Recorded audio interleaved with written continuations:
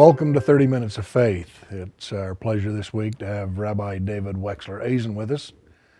Thank you for being here. Pleasure, John. We sort of plugged him in here in a hurry, and he helped us with an opening, so thanks so much. Absolutely. Tell us where you were born and raised. I was actually born in New York, but my parents exited the high life of Manhattan, Upper West Side for New Jersey, and commuter train line. So I grew up in Westfield and Scotch Plains, New Jersey.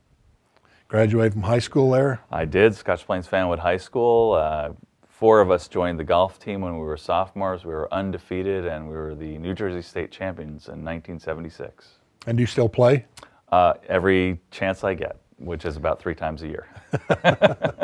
It's a great game. It really is. It's a great game. So many lessons. I stopped keeping score quite a few years ago because I'm playing with sons and even grandsons these days. But Yep.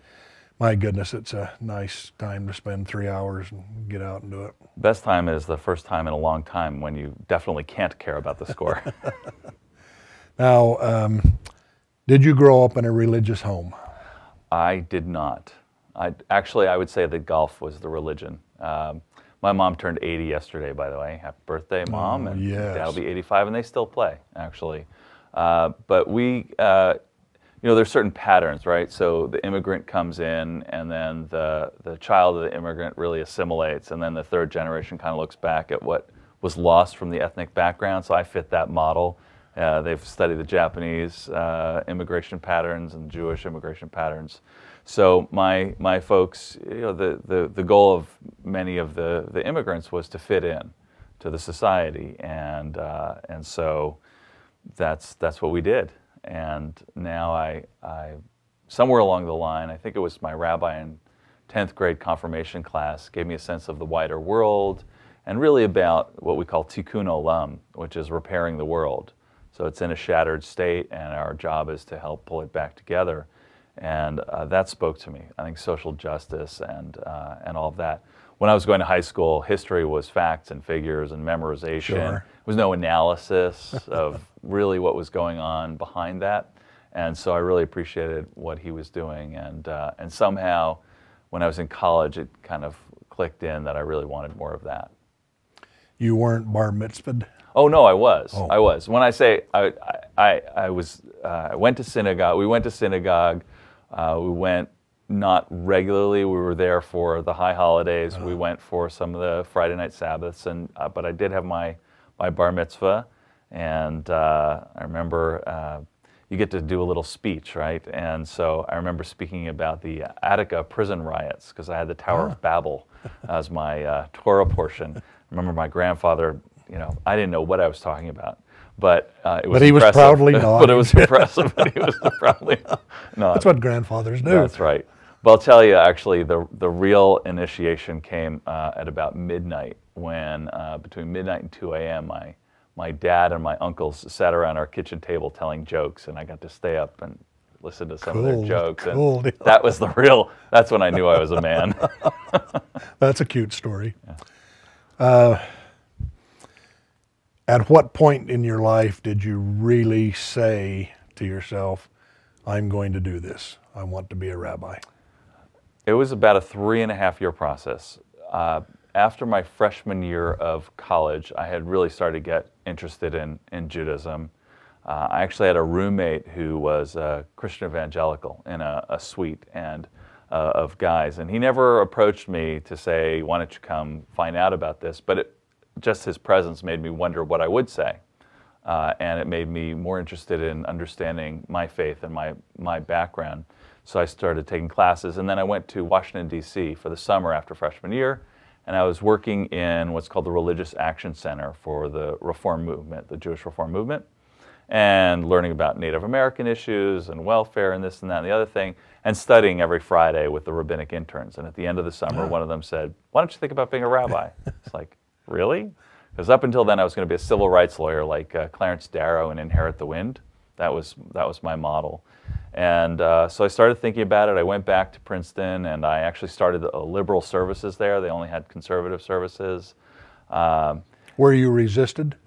Resisted? Did people say, no, we don't really, let's... No, we had a regular crowd of 20 to 30 students, and I remember one snowy winter evening. There were a couple of moments in there that were, I think, formative for me. One was watching everybody go to the library on a Friday night and thinking, well, I'm not a slave. I have a choice here, right? So I'm choosing to step out of the, oh my gosh, I've got to get good grades, I've got to get good grades, and doing something different, and that felt liberating and free. And the other was the time when, unfortunately and horribly, there was a young woman who took her life, and she happened to be Jewish, and the rabbi, the Hillel rabbi, brought her parents to our services. And the notion that that kind of setting could be comforting, and that students who didn't necessarily know the young woman, but were horribly saddened as well, just to be together meant a lot. So I think that was really important. But it was about a 3.5-year process until I finally said, you know what, I'm going to rabbinical school. And I remember I had a Jewish professor of religion who was a skeptic, as many are. And when I came into this seminar that I was taking with another professor, and he was sitting in, and I said, I'm going to rabbinical school, and he just dropped his newspapers. Oh, no. That's right. That's right. I want to tell you my Princeton story. Sure. I used to go into the Picatinny Army Arsenal to do business. Sure. And presentations and sessions and briefings were given co-sponsored at or with Princeton. And, they were high-level, big things that we would do in the future. So I go to this session one day with a couple of civilians and a couple of Army officers, and one of them was a 2-star general, and they would feed you a little buffet between things, Right. And he says to us, I want to take you to a brothel for lunch. And we're all kind of going, okay. So we get in the car, and I sweated all the way. What was I going to do when I actually Right. got to the front door? Right. So we get there, and as we pull up, we see that it had been a brothel in the 1700s, and then turned into a bed and breakfast in 1838 or Right. something, and the sign said we've been serving food here for 150 years or whatever. And he just laughed and laughed and laughed. He thought that was so funny. He'd gotten us. And he said, not a one of you resisted. I said, I'm taking you lunch to brothel. You all just followed me down the road, That's hilarious. It was a funny As deal. soon as you said brothel, I thought, it's a place for broth. Well, it was. So there you go. Anytime the topic of Princeton comes up, that's my Princeton your story. story. Now, how about your children? Tell us about your children. I have 5 children. I have a 21-year-old who has been at Princeton, and he was going to be a junior this year, and started hobbling around, and they found that he had a cancerous tumor. So he's been recuperating and getting better, and he's doing really well. He's on the other side of that. So, but I'm getting to spend a lot of quality time with him this year, going back to New York where he's getting treated. Wonderful. We've got a 17-year-old who has gotten into his safety schools and is waiting to hear from the other colleges that he'd like to go to. And the oldest one wants to be on the Supreme Court, wants to be a Supreme Court justice. And then Sam wants to be a chemist. He's really interested in chemistry. He almost blew himself up this year. He's very proud of that he survived that. So he's got the mad scientist thing going on. Typical of a 17-year-old. Exactly, but he's great. He's fantastic. And then there's a 14-year-old here, another boy, 3 boys, and Max is great, terrific. He's going into the Civitas program at Rio next year. And then finally got 2 girls, almost 12 and almost 10, Eliza and Lily. And in our tradition, and I'm sure in yours too, the sign of wealth is your children. Absolutely. It is not your bank account. It is how your children are doing. And on a cruise not too long ago, we were having breakfast with people that we hadn't met till we walked up to the table. They were from Louisville or somewhere. And we got talking about this particular issue, and they had 3 children, and one was at Harvard, and, da-da-da-da-da. Yep. And so then he said to me, do you have grandchildren? And I said, I do. And he said, how many? And I said, 20. And he pushed his chair back and said, you are the richest man I've ever known. Nice. It touched my heart. Oh, very nice. And I said to Shauna later, as we were out walking or something, we forget about that. We believe it, we believe it with all of our hearts that we have children and grandchildren and we're rich, but nobody had ever said to me, "You're the richest man I know." My father always says that children are the investment and grandchildren are the dividends. He's got it. He's got it. So I'm doing the investment part of my life right now. Now, speak for a minute or two before we go to some of the things you're working on, but you and Rabbi Nancy are teaching and preaching and loving and learning. Congregation Beth Shalom in Carmichael, here in California. And she's just an amazing rabbi. She's a wonderful so privileged woman. to serve with her. She really is. Talented. Yes, yes. She really is fantastic. And she's brought the whole issue of foster youth to the congregation. We're doing 2 emancipation showers for kids who are coming out of the system at age 18 and then are just kind of tossed, onto their own devices. And so one male, one female. And that's just amazing. And she's involved with area congregations together and meeting with clergy to really think about policy issues and just everything. How did you guys come to be? We actually met in school, and then we were friends for 10 years. And we just celebrated 15 years, and it's just wonderful. It's better every day. Fine woman. Yep, I'm very blessed. Fine woman. I've thought a time or two without a good woman, you'd kind of turn into a slug and absolutely off you'd go. Now well, actually, again, in the Jewish tradition, there is no commandment. I just learned this a couple of years ago when we were in Jerusalem. There's no commandment for women to get married. Really? It's the man who has to leave his father and mother and cleave to his wife because she's okay on her own. It's the man's repair work depends on Brother Ben. a woman putting you to the task. And believe me, my growth in the last has just been very accelerated because of her. Now let's talk about some of the things you're doing individually because you're busy and involved. Talk to us about in any order you'd like to go. Well, the thing that I've been working on for about 5 years that's really dear to my heart is Fresh Producers. And that came about, it's a roundabout way. I guess I turned into a restless creative spirit. So I had created these greeting cards called the Super in the Natural.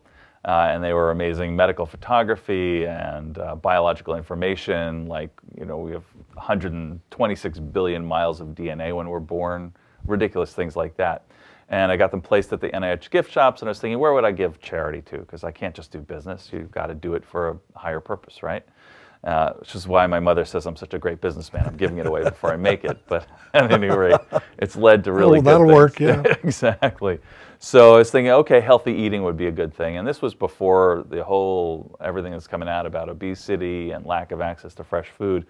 So I've gotten a little ahead of the curve and built an organization. We're now in 4 schools and the Sacramento County Youth Detention Facility, and we're helping with the gardens that are there. We're actually putting in garden and greenhouse at the detention facility this coming week. Great. Going to be training those students, those youth who are there, and all studies show that when you get kids who are at risk into a garden, it's calming and it's centering, and they learn science, they learn math, they learn a lot of different things that way.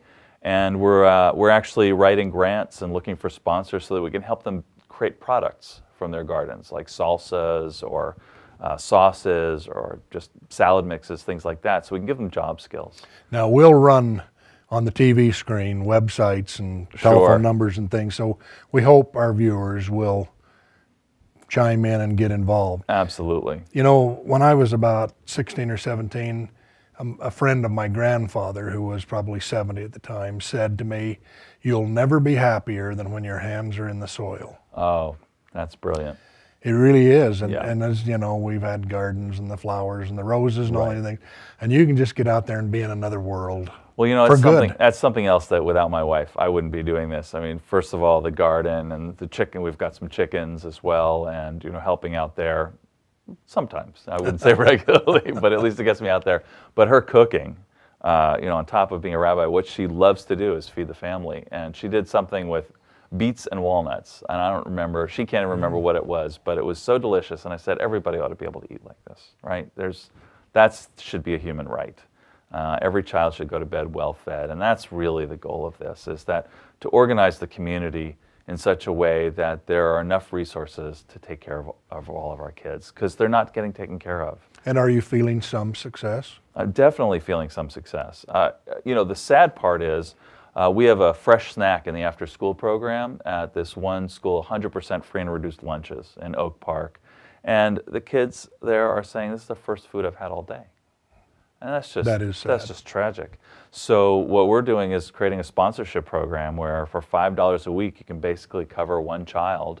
And we'll put part of that money, $2 of those dollars, toward fresh food. And we actually are about to give $2,000 to the food services for Sac City Unified to kick off the program, and $2,000 to the PE department, because we need to restore athletics and the arts to these kids as well. Those are the indicators of fitness and well-being, and they're just not being met with the budget cuts. So we're asking the private sector to do what we're supposed to be doing and taking care of these kids. Well, way to go.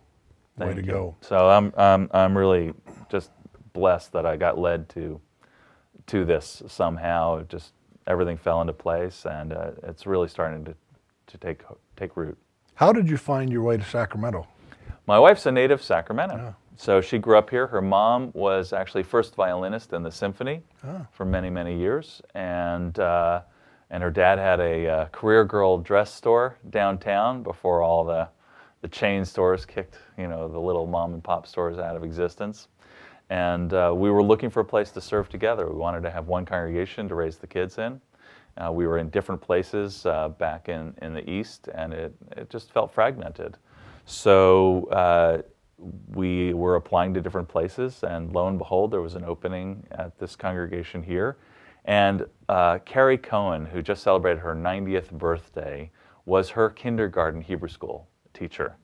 And then was in this congregation, and they were willing to take the leap, and they actually waited an extra year for us because we were having a kid and we weren't ready to move at that point. And so Lily came along, and they just waited, and we moved here when she was just 1 year old, and she'll be almost 10.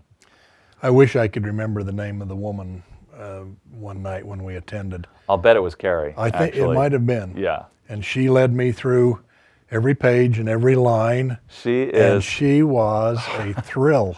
She is our teacher. She got out of Berlin right in 1939, right before, and ended up in Palestine and worked the land. And she's got pictures of, you know, of everything that she was doing. And then she ended up over here, and we're just, she's our teacher. She is the Jewish community's teacher.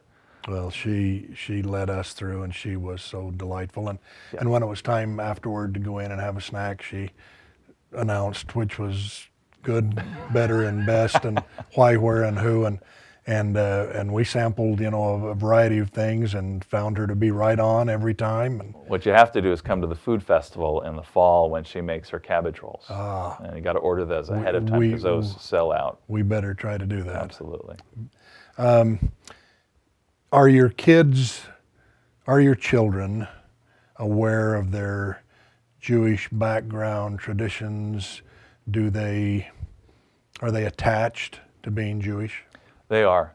And they're all thinkers. You know, we don't say just take it or leave it. We really say think about it. And so our eldest actually contributes regularly to the Holocaust Museum, you know, and he really cares about oppression. And there are a lot of younger Jews who don't realize how much their Jewish background has led them to that kind of interest. I think he's pretty well aware of it. He's not that interested in sitting down and praying. I can't say that any of them are yet in that place, but I don't think prayer is necessarily always for younger people. You know, I think more activity is for them. But they're all having their bar bat mitzvahs, and they're involved in the community and in their congregations. You know, growing up, we heard all about the Holocaust. We were Jesus was a Jew, and so that made it important to us. Mm-hmm. My father and mother were adamant about that. Mm-hmm. And we followed the house of Judah routinely. But not until we went to Dachau, my wife and I, some years ago, mm-hmm. and we'd been over visiting the Olympic Village sort of across the road. I mean, it's just a mile or two away there in Munich, right. And on the way down, there was a big BMW factory and, a whole bunch of other, just the modern world of Germany. And then we pulled into the parking lot and walk up the gravel path and Right. now start the big photographs and all the other things. And the sense of walking in there and the spirit of what unfolded and all of those other things took me from just sort of a history book learning to what really, really unfolded. And there is a sign there that says never again in about 7 or 8 languages. Yep. And it's a pretty monument sort of thing. And I immediately wanted my picture taken by that because it felt that way. And after you've toured the barracks and watched the gun postings and the DMZs between fence lines and barbed wire and trenches and all that other stuff, it just overpowered me. It just overpowered me. We were in Prague for our honeymoon, and we stepped into the Jewish quarter, and my wife just started weeping, just started sobbing. You just don't know what spirits live on, right? And Great old Jewish cemetery in Prague. That's right. I'll say something that that I've thought about. I haven't really said, and we'll see how it lands. But I tend to think that the Jewish people have turned as a people into the Jesus of peoples. That is, we've suffered for other people's failings, right? So when a leader in Europe in the Middle Ages, the economy wasn't doing well, they had a really convenient explanation. It was the Jews. No matter how much Jews contributed to the society, had helped grease the wheels of the economy actually, everybody thinks that we're just in it for the money, but we got really smart about money because we couldn't own land in the Middle Ages. We were absolutely prohibited from farming. And so, and because we had Yiddish as a common language and handshake deals, we could actually be the ones who were trading across the borders in medieval Europe. And unfortunately, with Shakespeare and Shylock and all of that, and we've gotten pegged as just trying to take everybody else's money, when in fact, there's always some rotten apples, in a barrel, but the vast majority of Jews are as generous as you could possibly imagine, are contributors to a wide range of things, and have really tried to start a lot of different things. Because we understand that we were told to be a blessing to all the families of the earth. That's what Abraham's mission was, and that's what generations of Jews have taught. And it's the only reason we're still here is because we've got a mission to be here for. And the vast, vast, vast majority of us really understand that. But unfortunately, due to the way that that the Gospels turned out, when the Romans couldn't be blamed. You can't blame the real problem, and now at least, Italians, they don't identify with Romans, so you're not blaming anybody who's currently alive for this, but we've carried that on our backs. Well, what you said landed well. Okay. That landed well. Sean and I were in Argentina a couple of months ago, and I can't remember the name of the town, but we were introduced to some gauchos. Mm-hmm. And the one man, as we talked in broken English, said he was Jewish. So I started rattling off my Jewish friends and what we're doing and da-da-da-da-da. And he said, "Do you know Yiddish?" And I said, "No, not even hardly a word." He said, "Well, amongst the cowboy population, the Jewish gauchos, we only speak Yiddish."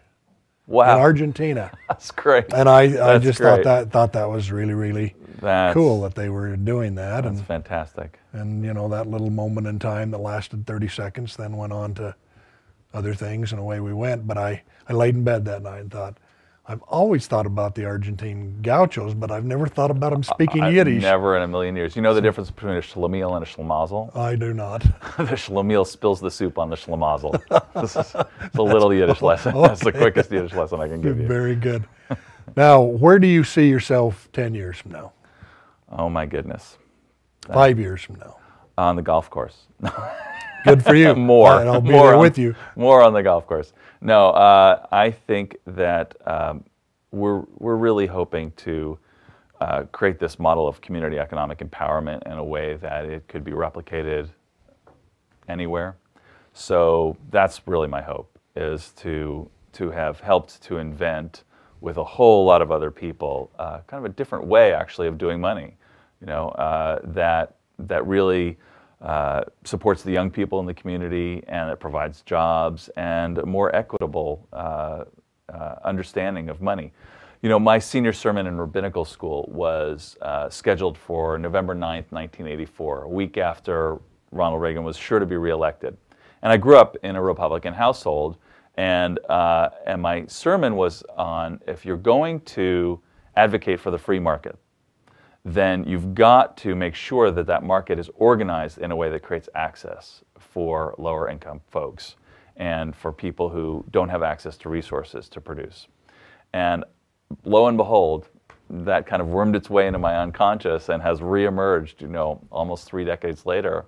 And that's what I would hope, is that there's a bipartisan way for all of us to both use public and private initiative together to really take care of everybody. And that's the only thing that's worth doing, I think. Well said. Well, other than raising your kids and playing golf. Right.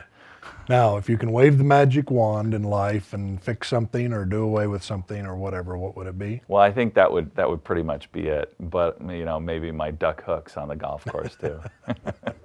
Thank you. Absolutely. Rabbi David, nice to visit with you. Always a pleasure, John. Thanks so much. Take care. You bet.